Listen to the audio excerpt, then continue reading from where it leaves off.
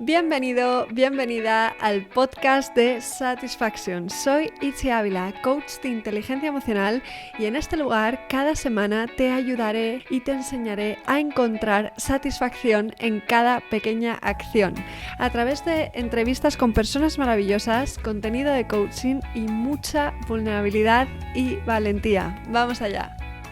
Hoy tengo el placer de presentaros a Daniel García Pérez Juana, encargado del Departamento de Fisioterapia y Osteopatía de la Clínica de Medicina Integrativa. Él no solo es fisioterapeuta y osteópata, también trabaja con acupuntura, kinesiología, biohacking, medicina tradicional china y es coautor de 2 libros, Tao para vivir y Tao sexual. Estudió enfermería, tiene un máster en neurocontrol motor y también tiene una tesis sobre dolor y propiocepción. Algunas de las personas que estéis escuchando puede que hayáis tenido la suerte de poneros en manos de Daniel, ya que son muchas las personas en común que nos han llevado a estar aquí hoy grabando. Pero si no es así, estoy segura de que simplemente escuchar sus palabras servirá de empujón para poner la salud holística arriba en la lista de tus prioridades. Bienvenido, Daniel, y muchas gracias por estar aquí hoy. Muchas gracias a ti, Ixi, por la oportunidad de compartir este rato contigo. Sí, qué bien, qué ganas. Pues nada, yo para comenzar siempre me remonto en el tiempo un poquito. Entonces lo primero que te voy a preguntar es ¿dónde estaba Daniel un día como hoy hace 5 años y qué has aprendido desde entonces? Bueno, pues hace justo 5 años estábamos, mi mujer y yo, recién estrenada su embarazo, digamos, que acabamos de saber Anda. que estábamos embarazados. Y fue un cambio de vida, ¿no? Porque precipitó pues eso, que la relación se consolidase de verdad y un cambio vital crucial, ¿no? Porque ya empecé a sospechar que yo dejaba de ser el protagonista de mi vida para serlo, pues, el vínculo con mi mujer, ¿no? Y la futura vida, la de mi hijo Arián. Qué bueno, qué bonito, jo. 5 años tiene, ¿no? Bueno, tiene 4. 4 justo y más el embarazo, pues 5 justo. Fenómeno, maravilloso. Y bueno, tienes una tesis, que yo creía que la estabas escribiendo, pero ya la tienes, ¿no? Sobre dolor y propiocepción, que me parece un Eso es. temazo. He tardado en aprender a decir esta palabra. Entonces, cuéntanos, ¿qué es exactamente la propiocepción y por qué es tan importante? ¿Cómo se relaciona al dolor? Bueno, pues la propiocepción es un sentido, ¿no? Que tiene el Ujú, cuerpo, que es que nos da la información sobre nuestra postura corporal y sobre cómo está ubicado nuestro cuerpo en el espacio. ¿Qué significa? Que mi propiocepción ahora, sin mirarme yo a mí mismo, me dice que estoy sentado, que me siento apoyado en la silla, los pies en el suelo y que estoy erguido. Y entonces me da una sensación. Esa ujú, sensación tiene mucho que ver con el dolor porque comparten muchos neuroreceptores, ¿no? Captores posturales, y en función de la densidad de la información, pues es una sensación o puede llegar a ser un dolor, ¿no? También unos captores posturales o unos neuroreceptores son compartidos y otros no, pero sobre todo nos indica cómo está nuestra postura, ¿no? Si yo me pongo de lado un momento y sé que estoy erguido, estoy en una buena posición, pero si yo me enfoco en lo que estoy mirando y me empiezo a meter en el ordenador, mi propiocepción me está dando una información negativa de que debo corregir, pero comanda o es más importante el hecho de lo que estoy haciendo, ¿no? Por eso muchas personas terminan con dolor de cuello porque no hacen caso, no escuchan su propiocepción, ¿no? Porque les dirías, tírate, ponte cómodo, eso sería un poco el sentido, ¿no? La propiocepción me dice que mi palma, sin mirarla, la tengo hacia abajo o hacia arriba. Entonces, es muy importante porque es la información del cuerpo, la información que llega al cerebro. mm. Y por lo que explicas, ¿no? Parece como que dejamos de escuchar esa información Claro, que nos da el cuerpo, ¿no? Nos estamos tan distraídos que nos olvidamos de eso. Qué eso es, interesante. ¿Y eso en qué es. consiste entonces la reprogramación propioceptiva? ¿Se puede reprogramar? Sí, se puede reprogramar porque lo importante es darle protagonismo a las sensaciones del cuerpo, ¿no? Si yo Ujú, entreno el estar en el presente, en el aquí y el ahora, ¿no? Estar centrado y estar sintiendo, no estar pensando, pues lo que hago es que empiezo a, lo que tú has dicho, ¿no? Poner en la lista de prioridades el sentir por encima del pensar, ¿no? Entonces eso ya me da una información mucho más real que lo que es un pensamiento, que el pensamiento es mucho más variable, ¿no? Pero sin embargo la sensación no es algo o sea, que cambie tan rápidamente como un pensamiento, ¿no? Si yo tengo una buena sensación de base, lo que me va a generar es un estado que puede ser más endorfínico o menos endorfínico, o sea, más basado en el cortisol, en el estrés, y mi sensación esa es la habitual, o más basado en las endorfinas, ¿no? Si yo me dedico a entrenar y a estar en el cuerpo, a meditar, pues digamos que voy a estimular la secreción de endorfinas y eso me va a dar una buena sensación de bienestar, que es en la que se apoyan muchísimas cosas. Qué bueno esto, ¿no? Porque al final lo que acabas de decir de cómo en el pensamiento es muy variable, pero la sensación puede llegar a ser más estable, ¿no? Entonces, con Eso esto que es. cuentas, yo creo que muchas personas tienen como casa emocional el estrés, ¿no? Y la idea Uh-huh. es que la casa emocional sea más endorfínica. Qué bueno. Eso es, eso Vale. es. Y el dolor, que lo relacionabas, ¿no?, con la propiocepción, es un concepto interesantísimo, ¿no? Voy a citar una frase de tu libro, de Tao para Vivir, que me encanta, que dice: es sabido que ante un estímulo nociceptivo doloroso de idéntica intensidad, el umbral perceptivo puede variar enormemente de un individuo a otro. Es más, la emoción experimentada en el momento de percepción del dolor puede cambiar por completo el curso del mismo, magnificándolo o rebajándolo, pudiendo desaparecer al instante o haciendo que perdure en el tiempo. Qué interesante esto. ¿Cómo podemos aprender a transformar nuestra percepción del dolor, si es que se puede, y podemos hacer desaparecer totalmente hasta los dolores más intensos o no? Bueno, la idea está en, sobre todo, cuando nos viene una sensación dolorosa, también depende, Uh-huh. ¿no?, de cada persona, porque hay gente que lleva con dolor muchísimo tiempo y se asocia, lo que toca es hacer un reentrenamiento de asociación. Es muy importante crear un reentrenamiento con el dolor, porque mucha gente cuando empieza a despertarse el dolor o asocia el dolor a una tormenta de neurotransmisores que lo que hacen es infundirme un estado anímico pernicioso, negativo, cortisol, y entonces el dolor es algo como que me agita, ¿no? Y de lo que se trata es de darle la vuelta. Yo sé que esto no es fácil en según qué casos, pero el dolor tiene que ser una vía como de me está dando el cuerpo una información para que yo haga un cambio, para que yo me ponga a respirar, me ponga a serenarme y sobre todo desidentificar, ¿no? Eso, ¿no? Es tratar de no conectar dolor y estrés y dolor y una mala sensación, sino con dolor, con una cosa para cambiar, ¿no?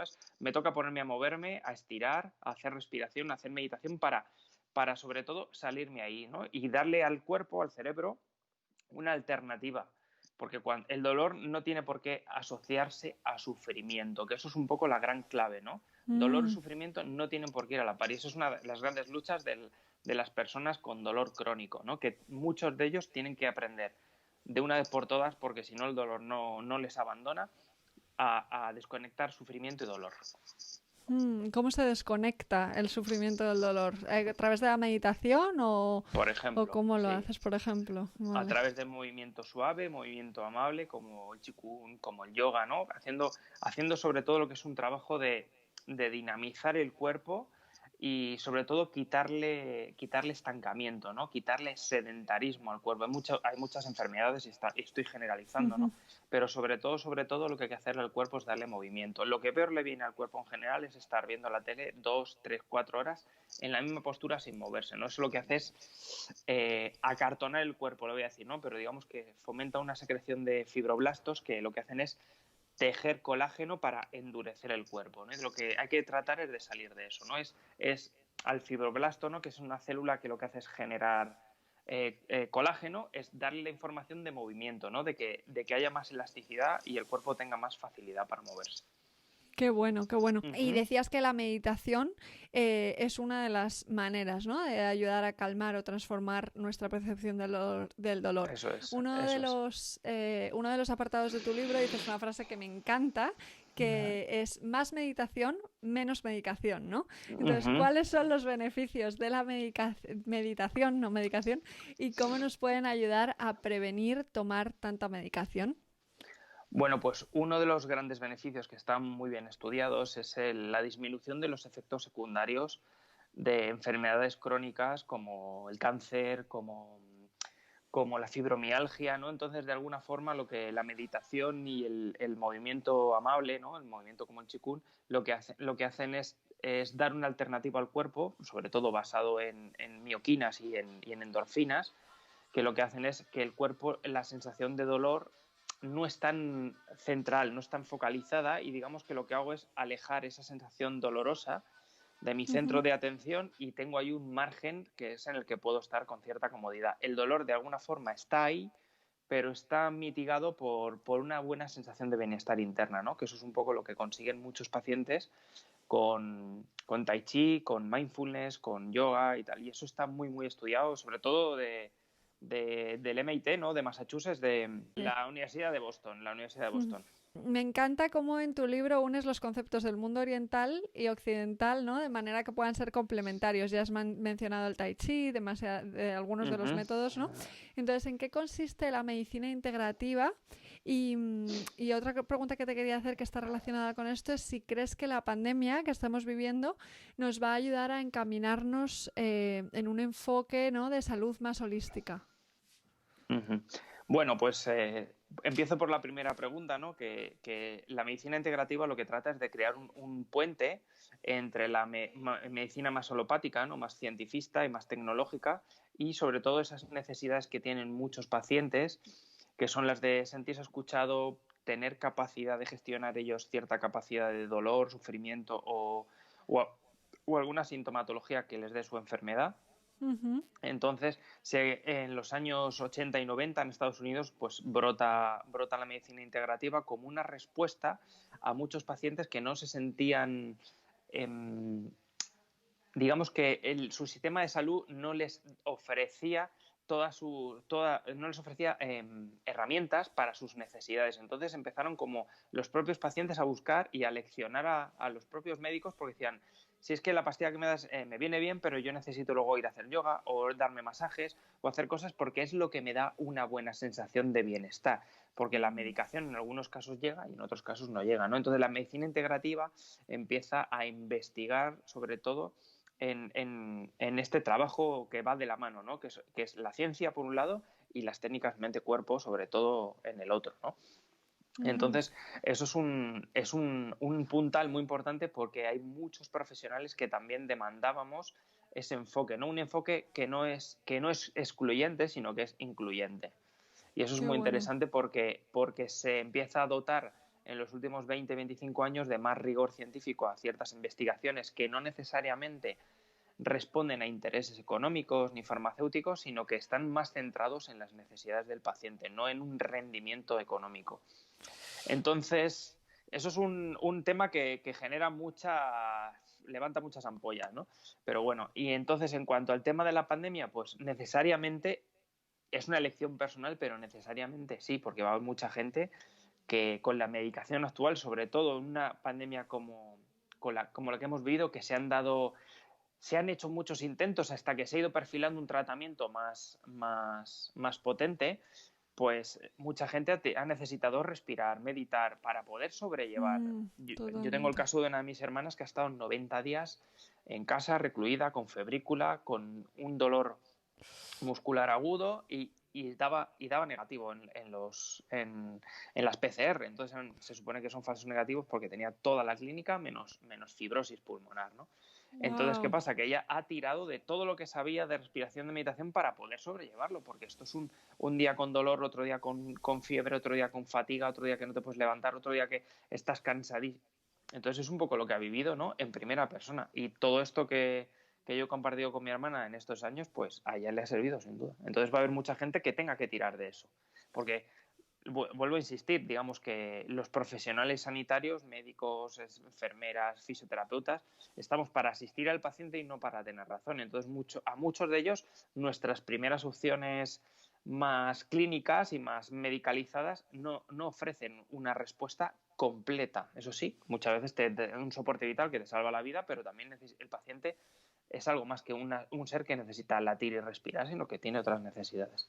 Claro, no solo necesitamos sobrevivir, sino también vivir, ¿no? Un poco eso. Es curioso cómo la psicología durante años se ha centrado muchísimo en entender el sufrimiento, pero no en entender el bienestar, en qué nos da el bienestar. Y ahora, por suerte, estamos empezando a mirar como más globalmente, ¿no? Todo lo que necesitamos. Qué bueno. Eso es, qué bueno. Eso es. Entonces, bueno, pues para quien no lo conozca, que aún no hemos entrado en este temazo, y en resumidas cuentas, sé que esto será difícil resumirlo, pero ¿qué es el Tao y cómo nos puede ayudar, ¿no? Tus libros van sobre eso, o sea, que cuéntanos un poquito. Pues el Tao es una filosofía de vida, es un arte de vivir, es un estilo de vida que puedes adoptar mayor o menor medida, que es compatible con cualquier credo, que no necesitas ningún tipo de nada especial, simplemente es tratar de vivir cada momento con la mayor intensidad, ¿no? En el momento presente, con calma y con sosiego. Intensidad no significa frenesí, sino poner los 5 sentidos en lo que estás haciendo, ¿no? Que eso es algo que me decía mi abuela, que lo comento también en el libro, ¿no? Que es que me decía, pon los 5 sentidos en lo que estás haciendo, que es pon atención. Y eso me lo decía una señora de 80 años, manchega, con una cultura muy básica. Entonces es algo que es accesible a todo el mundo y que sobre todo se trata de salir de esta rumiación mental para ponernos un poco más en el sentir y disipar esas nubes que muchas veces nos tienen toda la parte de arriba un poco turbulenta y bajar a una sensación de sosiego para que broten otros pensamientos, ¿no? Eso es un poco lo que yo he encontrado, así en resumidas cuentas, de la filosofía del Tao. Y eso se hace pues a través de paseos en la naturaleza, de meditación, de tai chi, de qigong, ¿no? De la medicina china también ayuda muchísimo y la acupuntura. Entonces, de alguna forma, los orientales, los chinos, coreanos y japoneses se han apoyado mucho en el Tao, en el budismo, ¿no? y en la medicina tradicional china, que comparten cosas en común para llevar una vida saludable, ¿no? Porque pensemos que en esos países, en general, no tienen una cobertura de salud que yo sepa, muy grande. Y entonces los propios pacientes, las propias personas se hacen muy responsables de su salud y se cuidan mucho, ¿no? Porque saben que no va a ser tan fácil como a lo mejor tenemos aquí en Occidente un sistema de salud tan completo y tan magnífico como para que nos cuiden, ¿no? Entonces, de alguna forma, también eso lo comparte la medicina integrativa, es empoderar al paciente y para que el paciente se haga responsable, por lo menos corresponsable de su propia salud. Qué bueno esto, me encanta lo de hacerse responsable de tu propia salud, ¿no? Porque muchas Eso veces es. la damos por hecho. Te quería preguntar, antes hablabas de cómo podemos crear una base, ¿no? Una casa emocional que sea el estrés y el cortisol o las endorfinas, el bienestar, etcétera, ¿no? Entonces, ¿qué 3 herramientas nos pueden ayudar a reducir el cortisol, ¿no? Como un poco para prevenir en vez de curar y dejar de vivir estresados en una sociedad que, por lo menos aquí, ¿no? Va muy rápido y premia constantemente el constante que hacer, ¿no? Hacer, hacer, Eso es. hacer. Pues una cosa ya las has esbozado tú, que es sobre todo aprender a hacer pausas y a tener un poco de higiene mental, ¿no? Eso significa que yo tengo que terminar siendo capaz de entrenar mi mente para ponerla a funcionar al 100% en los momentos en los que yo elijo. Muchas veces nos pasan cosas en la vida que son atropellos vitales, ¿no? Que la mente se activa y se dispara, pero eso deberían de ser el menor de los casos, ¿no? Hay mucha gente que viene a la consulta con una mente completamente indomable o que no no la ha trabajado nada, ¿no? No voy a decir domesticar, pero ¿qué pasa? Entonces la mente tiene unas inercias que, claro, con las edades hay que ponerse otra vez a reentrenar y no es lo mismo que empezar de chiquitito, ¿no? Entonces es clave, la respiración es fundamental para modificar el estado anímico.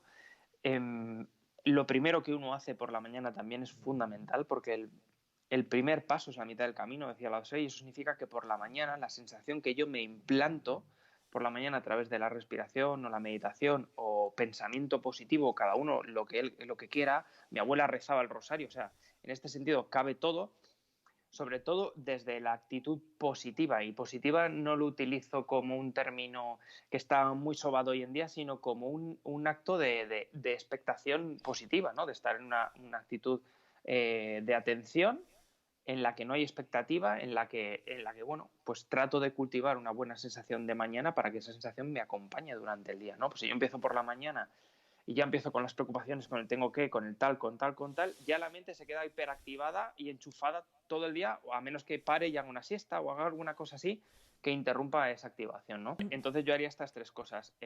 Un buen arranque de mañana con respiración o con actitud positiva, en la que yo me centro en un sentir y una buena sensación a través de la respiración, meter ejercicios de respiración durante el día y luego hacer una higiene mental, ¿no? Que es entrenar la cabeza poco a poco, para decidir sobre la cabeza cuándo piensa y cuándo no piensa, ¿no? Porque de lo que se trata esto es un truco, ¿no? Que de lo que se trata es que nos identificamos con nuestro pensamiento, pero hay que poder ser capaz de alejarse del pensamiento y Ujú. poder mirarle para desidentificarnos nuestro yo del pensamiento, porque el cuerpo está más aquí y los pensamientos están brotando, ¿no? Van y vienen. Entonces, eso es un ejercicio muy interesante, muy interesante. Qué bueno esto, me encanta, me encanta. Hablas también de que hay como diferentes niveles de frecuencias cerebrales, ¿no? En las que podemos estar. ¿Cuáles son estos niveles, no? ¿Y hay alguna herramienta que nos pueda ayudar a alterar nuestro estado mental? Bueno, pues sobre todo normalmente lo que se habla no son de las ondas alfa, las ondas beta, ondas teta, ¿no? Pero sobre todo es que nosotros cuando estamos en un estado de más actividad o incluso de alerta, ¿no? Pues estamos en ondas beta que son de frecuencia muy rápida y un poco tirando de lo que hemos hablado antes, la respiración lenta, profunda, lo que hace es imponer un estado más lento en el que el cerebro deja de ciclar en beta y se pone en alfa, y si uno se convierte en un ducho meditador, ¿no? Pues puede alcanzar estados de conciencia a través de ondas teta, ¿no? Y ondas muy lentas, que de lo que se trata es eso, de poder a través de la respiración y de, por ejemplo, una buena postura corporal, cuando uno ya se ritualiza en el sentido de que tiene su programita, ¿no? De 5 minutos ponerse a respirar atrás, el cuerpo ya sabe un poco dónde ir, ¿no? Y automatiza. Entonces es un poco de lo que se trata, ¿no? Si, ¿qué es lo que le propongo yo a los pacientes, ¿no? Que hagan 21 días seguidos eso de levantarse y respirar por la mañana para que creen un hábito, y el cuerpo es como que ya le haces un cauce, le haces un camino que está, ya no tiene maleza, sino que ya es fácil de seguir, y eso es muy, muy interesante. Pero sobre todo para no liar mucho a la gente, quiero decir, a mí me gusta ir como a lo sencillo, ¿no? Entonces, muchas veces lo que hago es decirle a los pacientes que se pongan una mano en el pecho y la otra en el abdomen y respiren lento y profundo hasta que sientan que la mano del abdomen es la que se mueve y ventila y la del pecho apenas se mueve, ¿no? Y entonces hemos conseguido una respiración abdominal, que eso va a incidir en nuestro estado anímico. Qué bueno esto. Y lo que decías de por la mañana, ¿no? De cómo empezamos el día, que va a determinar un poco el resto del día. A mí eso me pasa, porque yo suelo meditar todas las mañanas y de repente, si un día no medito, lo noto ya todo el día. No es que lo Eso note es, solo en ese rato, sino que eso me es, dura eso ya. es. Es Te interesante falta esto. algo ya, ¿no? Sí, me falta algo y no es que lo note solo por la mañana, sino que por la tarde sigo como diferente, ¿no? Eso es, Falta eso. Qué bueno, qué bueno. eso es. Pues hablabas también de cómo en chino, lo mencionabas en tu libro, ¿no? En chino la palabra inteligencia tiene que ver con los verbos escuchar y ver, y no tanto con Ujú. lo que asociamos a inteligencia aquí, ¿no? Entonces, ¿cómo podemos desarrollar una capacidad perceptiva que nos convierta en personas más sanas e inteligentes desde este punto de vista? Claro. Lo comentamos en el libro, ¿no? Porque hicimos un epígrafe concreto de esto, ¿no? Que era del arte de escuchar, en el que dábamos un poco pautas, sobre todo, ¿no? Para aprender a escuchar, porque es algo que parece que la gente tiene o no tiene, o no sabe, ¿no? Y yo creo que estamos aquí para aprender y todos podemos ser unos, iba a decir unos buenos contertulios, ¿no? Pero podemos tener buena capacidad para escuchar, ¿no? Y es creando un Mm, poco de silencio interno, intentando no tener razón, que muchas veces lo que tratamos es casi inconscientemente es de imponer nuestros argumentos por encima del otro. Entonces de lo que se trata es de tener una actitud de estar muy abiertos a lo que el otro está diciendo para escuchar y ver ujú. desde dónde está hablando el otro. Ya no solo cuál es su mensaje, sino cómo su mensaje, qué se puede leer entre líneas de su mensaje, cuál es su estado anímico, desde dónde lo está diciendo, ¿no? Sobre todo porque muchas veces en nuestra inercia del día a día no nos damos esta oportunidad. Y ahí estamos haciendo un acto de meditación, que es me paro y el otro me quiere contar algo y le escucho. Y entonces pongo una actitud atenta, le miro a los ojos y creo ese canal con mi actitud corporal y mi atención para que el otro tenga ese espacio, ¿no? Eso es algo Mm. como que es como muy amoroso, porque para mí el amor es no obviar al otro, es no darle por supuesto nada y seguir dándole toda esa atención, ¿no?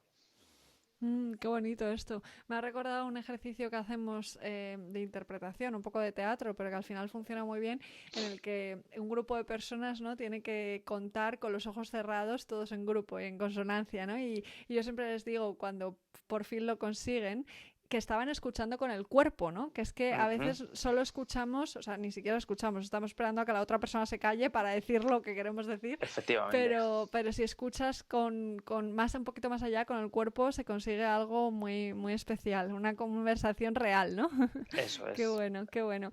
¿Qué otra cosa que pasa, que también has mencionado y me parece muy interesante, ¿no? Es que al estar todo el rato en la cabeza, tendemos, ¿no? A, en vez de escuchar, juzgar, ¿no? Desde nuestro Ujú. mapa mental, ¿no? La mayoría de personas tienen muy incorporado el hábito de juzgar. Esto me parece bien, esto me parece mal, este es bueno, este no. En tu obra mencionas un cuento taoísta con un mensaje muy poderoso, se llama El caballo perdido del anciano sabio. Entonces, Ujú. ¿podrías contarnos un poco de qué va este cuento y cómo nos puede ayudar a juzgar un poquito menos? Pues de este cuento he escuchado varias versiones, ¿no? Y hay una Ujú, en la que hay un agricultor, ¿no? Que tiene una manada de caballos y entonces tiene un caballo favorito, ¿no? Y entonces el caballo se le va y llega el vecino, ¿no? Y dice, jo, qué mala suerte, ¿no? Que tienes, que se te va tu mejor caballo, que va a ser tu semental y el otro. Y entonces el anciano agricultor dice, esto puede ser bueno o puede ser malo, ¿no? Y entonces pasa el tiempo, ¿no? Y este caballo regresa con una yegua y la yegua está preñada, ¿no? Y entonces tiene un potrillo y tal, y el vecino le dice, ¡jo, qué buena suerte!, ¿no? Pues es que perdiste un caballo y ahora resulta que vienes y tienes tres y tal. Y claro, el anciano dice, bueno, pues esto puede ser bueno, puede ser malo, ¿no? Y entonces el hijo del anciano, el agricultor, montando el caballo y domesticándolo, pues se cae, ¿no? Y se rompe una pierna y claro, llega el vecino, ¡jo, qué mala suerte! Tu hijo primogénito que se ha roto una pierna y tal, que qué mala suerte. Y el anciano dice, pues esto puede ser bueno, puede ser malo, ¿no? Y claro, mientras está el hijo en cama, ¿no? Con la pierna entablillada, pues llega, digamos, el ejército reclutando jóvenes soldados y a este chico no se lo llevan porque tiene la pierna rota, ¿no? Y el vecino dice, qué buena suerte tiene, ¿no? Y entonces el cuento de alguna forma es como eterno en este sentido porque siempre el anciano le dice, puede ser bueno, puede ser malo.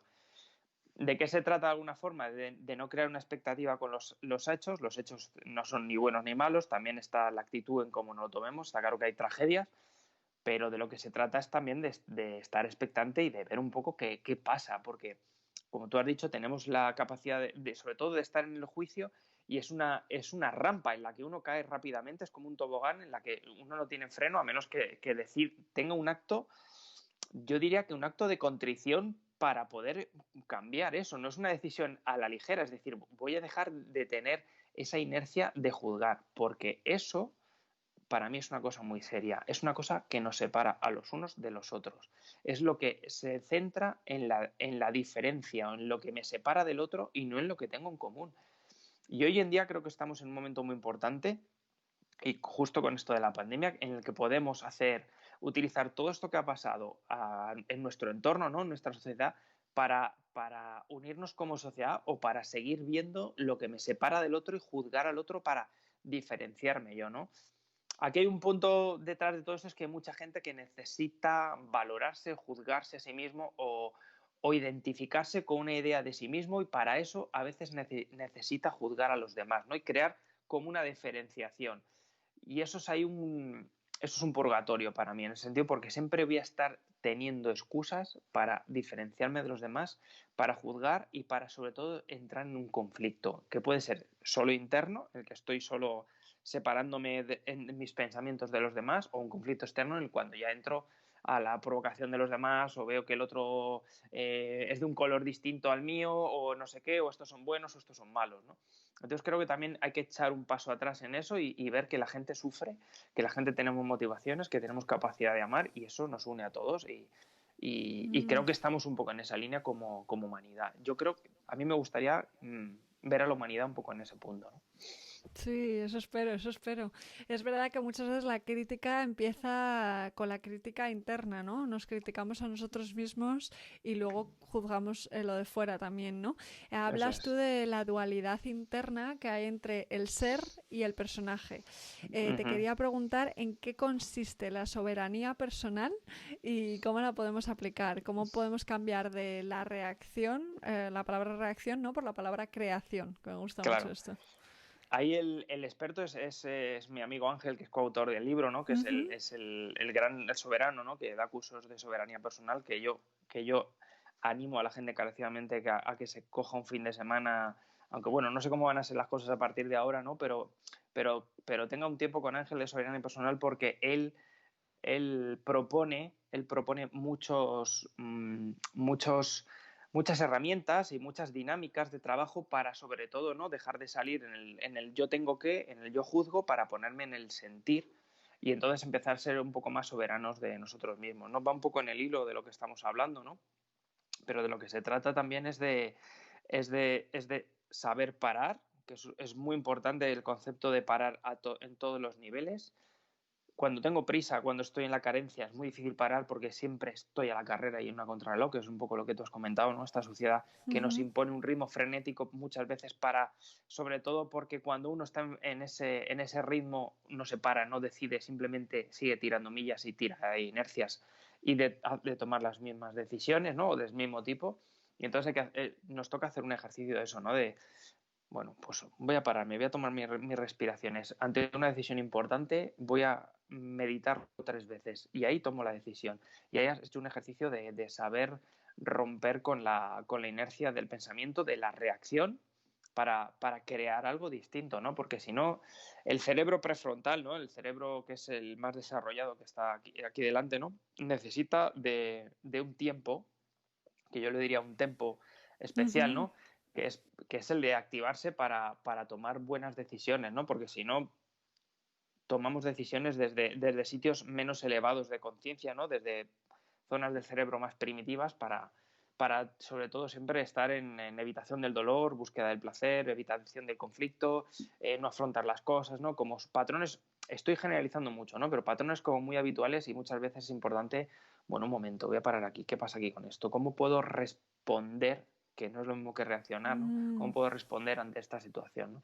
Entonces creo que es interesante. Yo animo a todo el mundo, ¿no?, que nos escuche a eso, a ponerse en contacto con Ángel, con Alma de Tao, para que les pregunten por la soberanía, porque para mí, yo lo he hecho varias veces el curso, he invitado gente, he ido con gente y todo el mundo me da las gracias por pasar un fin de semana con Ángel haciendo propuestas, ¿no? Porque hace unas dinámicas que rompen las inercias mentales y uno sale con una Mm. oportunidad de hacer cambios.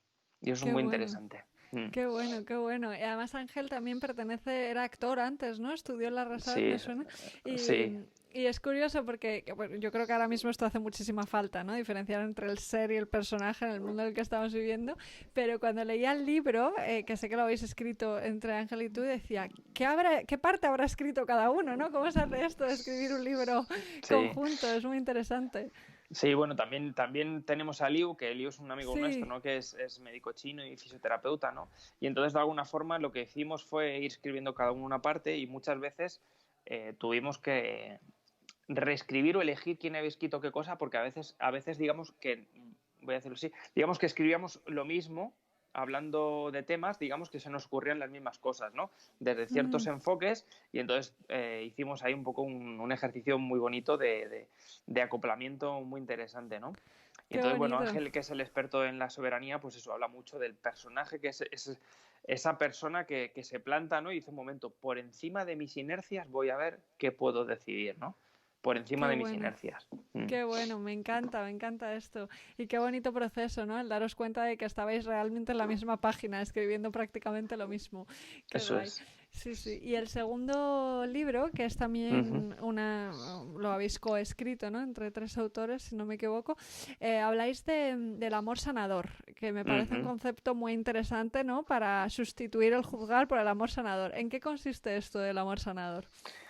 Bueno, es como un compendio de conocimientos, ¿no? que desarrollaron los orientales, los chinos, en el Ujú. que engloba ejercicios de actitud, ejercicio físico, meditaciones en solitario y en pareja para que el acto sexual y la vida en pareja sea algo que me nutre y no que me desgasta, tanto a nivel sexual como a nivel relacional, ¿no? Porque muchas personas sufren por temas de pareja, por tenerla, por no tenerla, por muchas vicisitudes, ¿no? Entonces, de lo que se trata es que nosotros quisimos ofrecer también un menú de degustación de conocimientos y técnicas para que la gente pudiera tirar de ellas cuando lo necesitara, ¿no?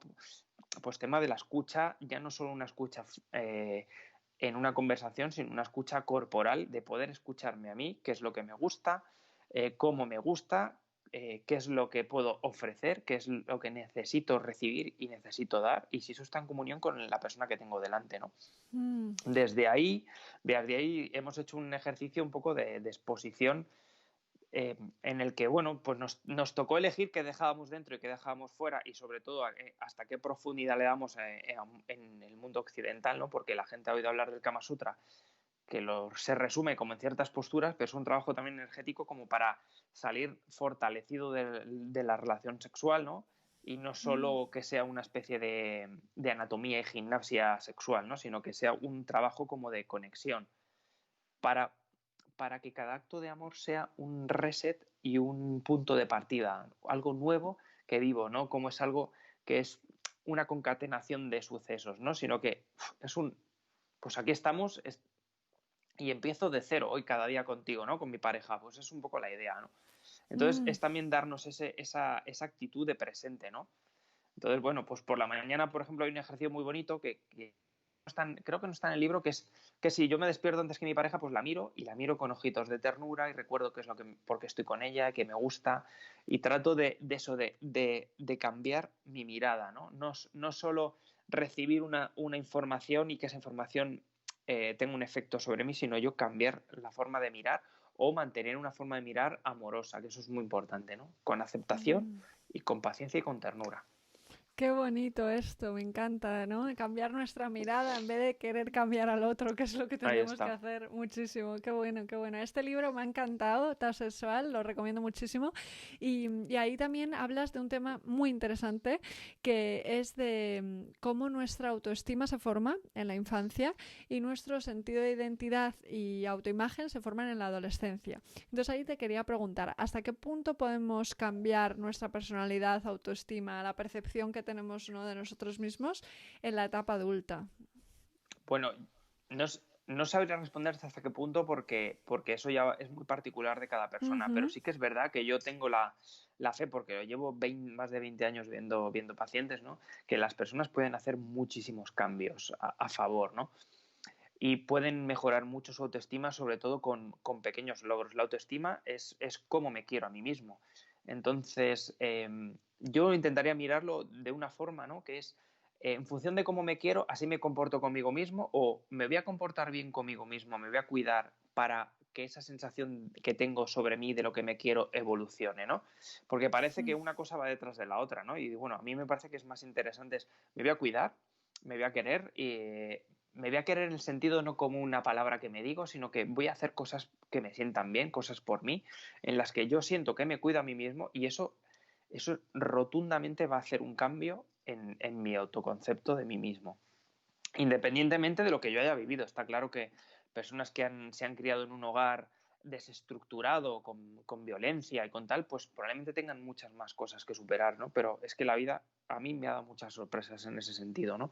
Entonces yo tengo mucha fe en que las personas pueden evolucionar y pueden darse muchas pautas muy buenas, sobre todo si empiezan con un buen código de conducta hacia sí mismos.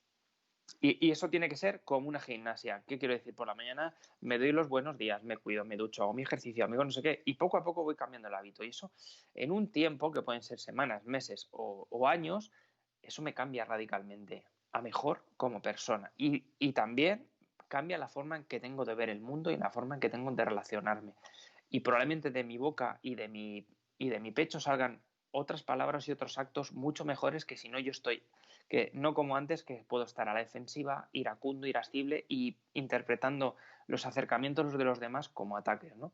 Entonces, también un poco el punto es ese, ¿no? Es entender que el otro tiene sus motivos, que no es nada personal conmigo, sino que el otro tiene sus motivos y tiene sus inercias, y poder hacer ese paréntesis entre mi reacción y el comportamiento del otro, ¿no? Es decir, bueno, pues a lo mejor el otro está hoy, tiene un mal día, le pasa algo, ha sufrido, tiene una china en el zapato, y entonces voy a darle la oportunidad, y me la voy a dar yo, para que eso no me modifique mi estado anímico y entrar de una forma tan beligerante como algunas veces entramos, ¿no? En plan que me sienta mal una mirada, me sienta mal un acto, un gesto, y eso ya me tiene como enganchado, ¿no? Entonces voy a darme la oportunidad para desengancharme de ahí. Qué bueno, has dicho tantas cosas interesantes Sí, ahora mismo, ¿no? Porque es verdad, percibimos un poco el mundo como nos percibimos a nosotros. Y luego algo que has dicho al principio, que es un poco esta idea de actúa como te quieras sentir. No, el día eso que es. sea feliz haré no sé qué, no. Voy a Ahí hacer está. esto y entonces ya seré feliz. No, no al revés, ¿no? Darle un poquito la vuelta a la tortilla en este sentido. Qué Eso bueno, es. qué interesante.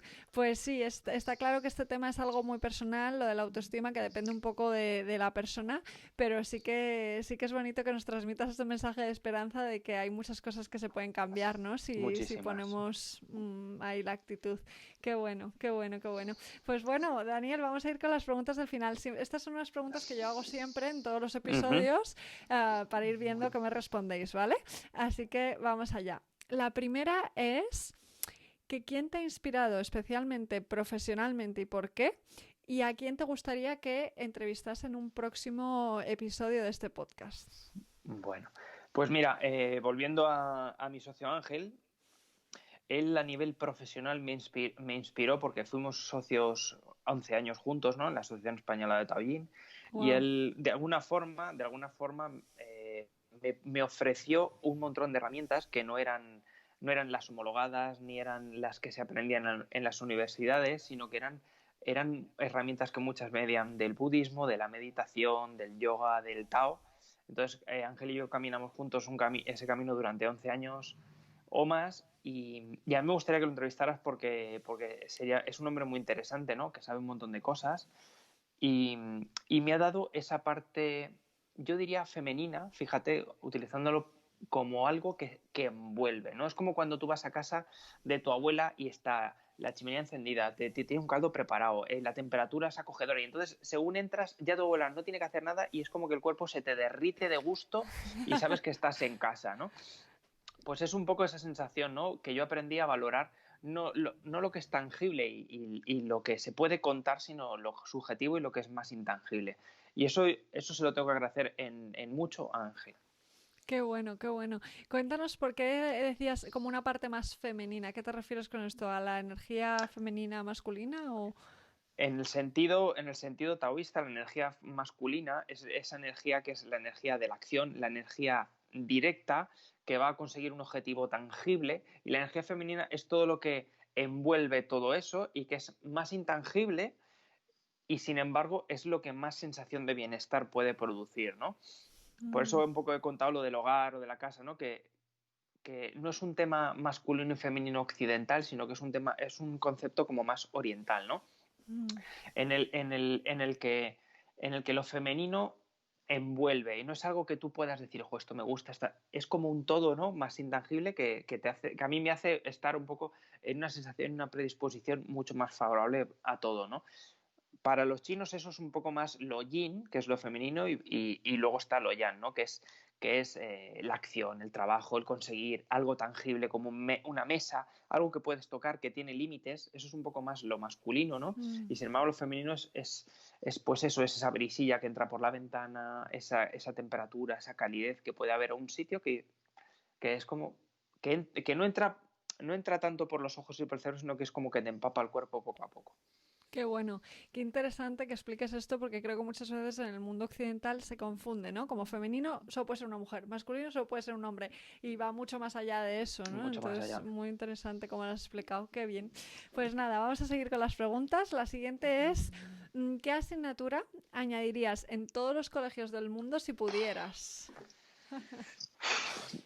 Pues sí, es que elegir una sola es con mucho, ¿no? Pero yo metería algo que fuera expresión corporal. Sí, yo pondría a hacer movimiento a diario a los niños. Si tú te Mm, fijas en una persona que es César Millán, el de que entrena a los perros en la tele, ujú. que es el encantador de perros, siempre hace a los perros correr antes de entrenarles. Y es un poco lo que haría, ¿no? Cogería a los niños, les dejaría que se desfogaran, que entrenaran, que hicieran ejercicio, deporte, yoga, cada uno un poco lo que vaya en función de su fisonomía y sus apetencias para luego que estén ya con la mente más abierta, el cuerpo sosegado y les entre mucho más la información, ¿no? Yo haría algo así, aparte de ponerles ajedrez, idiomas, ¿no? Que ya están en muchos sitios, pero sobre todo lo que es la conexión con el cuerpo, ¿no? Las grandes decisiones de nuestra vida no se toman con el álgebra, ni se toman con la literatura, a pesar de que sean súper importantes, se toman con una buena conexión con uno mismo. Y eso a mí me parece clave. Yo abogo por una asignatura de algo así. Qué bonito, me encanta. Ojalá, ojalá. Seguro que pronto lo vamos consiguiendo. Qué bueno. Vale, la siguiente pregunta es, ¿qué experiencia pasada no querrías repetir, pero que ha cambiado tu vida para mejor? Una experiencia para... Pues mira, he tenido un conflicto de temas de alquiler, de contratos, de tal, en el que no me está gustando nada un poco la otra parte, porque he ido de buena fe un poco y antes es como que yo firmaba un poco con toda la confianza del mundo, las cosas y tal, y le estoy dando importancia a lo que está escrito ahora, ¿no? Sobre todo un poco por respeto hacia mi futuro, ¿no? O hacia mi presente y a los que me acompañan, porque muchas veces ese exceso de confianza es como muy condescendiente con lo que puede pasar, ¿no? Entonces creo que es importante darle también la importancia, no a lo legal en sí, pero sí un poco a las consecuencias que pueden tener nuestros actos, ¿no? Y eso es una cosa que estoy aprendiendo ahora recientemente, que estoy un poco en eso, ¿no? Que tú sabes. Y es como, Mm. es un máster que estoy aprendiendo, me está espabilando en ese sentido, ¿no? Que yo siempre he ido como de buenista y de buena fe y no siempre es así. Y tengo que darle también un poco el valor y la importancia a eso, ¿eh? Qué interesante, pero también es, fíjate, estás eligiendo una experiencia un poco presente, ¿no? Eso Más que es. algo muy pasado, y Sí, tú estás ya eligiendo aprender de esto, ¿no? Entonces creo que ahí también está un poco la clave, que siempre en coaching siempre estamos provocando esto de qué puedes aprender de esta situación, ¿no? Que todas las situaciones, aunque parezcan negativas, tienen algo que enseñarnos. que sacar, eso es. Eso es, Interesante. eso es. Qué bueno. Vale, siguiente es, ¿cuál es el libro que más recomiendas? Pues mira, recomiendo dos. Uno que es El hombre en busca de sentido de Víctor Frank, que es un Maravilloso. pedazo de libro, que es un libro del siglo XX de un psiquiatra que lo mete en un campo de concentración con la familia, que ve morir a sus seres queridos, a más gente, y el tío siempre, bueno, no siempre, con sus bandazos, pero mantiene la actitud de seguir hacia adelante, ¿no? Que fue el padre de la logoterapia, me parece, Ujú. y es un espectáculo de libro, ¿no? Otro que recomiendo muchísimo es El Guerrero Pacífico, que no es un libro tan bueno, pero que tiene muchas enseñanzas y muchas veces en una consulta, mientras hago terapia manual o acupuntura, doy pinceladas un poco de comportamiento y tal, pero si quiero recalcar ciertas cosas, recomiendo ese libro para que la gente también tenga su rato y vaya leyendo y le vayan calando conceptos, ¿no? Como el estar presente, como el tal, ¿no? Y yo creo que es también un encuentro entre lo oriental y lo occidental, ese libro, muy interesante, Daniel Millman, Qué El bueno, Guerrero qué bueno. Pacífico. Qué interesante. Estoy deseando ir a tu consulta. Es decir, cuando vuelva a Bienvenida. Madrid corriendo voy. Qué bien. Vale, siguiente. ¿Qué tres cosas haces cada día para cuidarte? Pues hago mi respiración por la mañana, ¿no? Mi meditación en la cama. Según me despierto, siento el cuerpo y a partir de ahí ya creo ese puente, ¿no? Hago mi forma de tai chi de 5 minutos, que son 13 movimientos. Es una forma muy sencilla que, aunque no tenga tiempo, siempre un poco la hago, que es como mi reset corporal y otra conexión corporal. Y procuro desayunar con la familia y sobre todo desayunar semillas tostadas y molidas con lo que son grasas vegetales, ¿no? Ricas en ácidos grasos omega 3 y omega 6, porque eso lo que hace es nutrir el cerebro durante toda la mañana. Es muy importante. Qué bueno, qué interesante. Bueno, el Tai Chi, no hemos hablado de eso, ya nos da para otro podcast, pero también suena muy interesante y muy apetecible. Vale, y la última pregunta, que esta sí que la hago siempre, que es que, ¿qué es para ti la satisfacción? La satisfacción es como cuando ya no queda nada por hacer, en el sentido de ya no tienes ninguna obligación y todo está bien, ¿no? Y entonces ves que yo, por ejemplo, veo mi mujer y mi hijo están bien, sonríen, estamos jugando, estamos en un momento así apacible, ¿no? Y no hay mucho más que hacer. Y trato un poco de cortar el pensamiento de, sí, pero luego por la tarde o por la mañana o al día siguiente, no, ahí quito todo eso y entonces me dedico a centrarme en ese momento y ahí disfruto, ¿no? Y eso para mí es la satisfacción, ser capaz de meterme en ese momento. Mm. Porque en el ahora sí que se puede encontrar eso, ¿no? Te iba a preguntar vale, pero ¿cuándo llega el momento en el que no haya nada que hacer, ¿no? En este mundo que somos tan productivos todos. Pero es un poco como el bloquearlo, ¿no? El decir, en este momento solo existe eso y por lo tanto no hay nada más que hacer. Eso es, esa es la Qué cosa. bueno, qué maravilla, Daniel. Pues muchísimas gracias, un placer de conversación. Gracias a ti. Y eso, gracias por todo lo que has compartido. Recomendaremos tus libros en los comentarios para quien los quiera leer. Y gracias de corazón. Nos conocemos pronto en persona. Ojalá. Te espero dentro de poco en la consulta, que será un placer. Sí, seguro. Vale, fenomenal. Hasta aquí la maravillosa conversación con Daniel. Él tiene su consulta en Madrid. Si estás por allí puedes ir a ponerte en sus manos y si no puedes empezar con sus libros. Espero que hayas disfrutado esta conversación tanto como nosotros grabándola y ya sabes que también puedes conseguir una sesión gratuita conmigo a través de la web www.itziavila.com. Te animo a que te suscribas en la aplicación en la que escuches este podcast, sea Apple Podcasts, Spotify, iVoox, SoundCloud o YouTube, si es que lo ves, y que nos dejes un comentario con tu reseña para seguir mejorando y para seguir trayendo a más invitados e invitadas que te puedan aportar. Todo mi amor y satisfacción y la semana que viene más y mejor.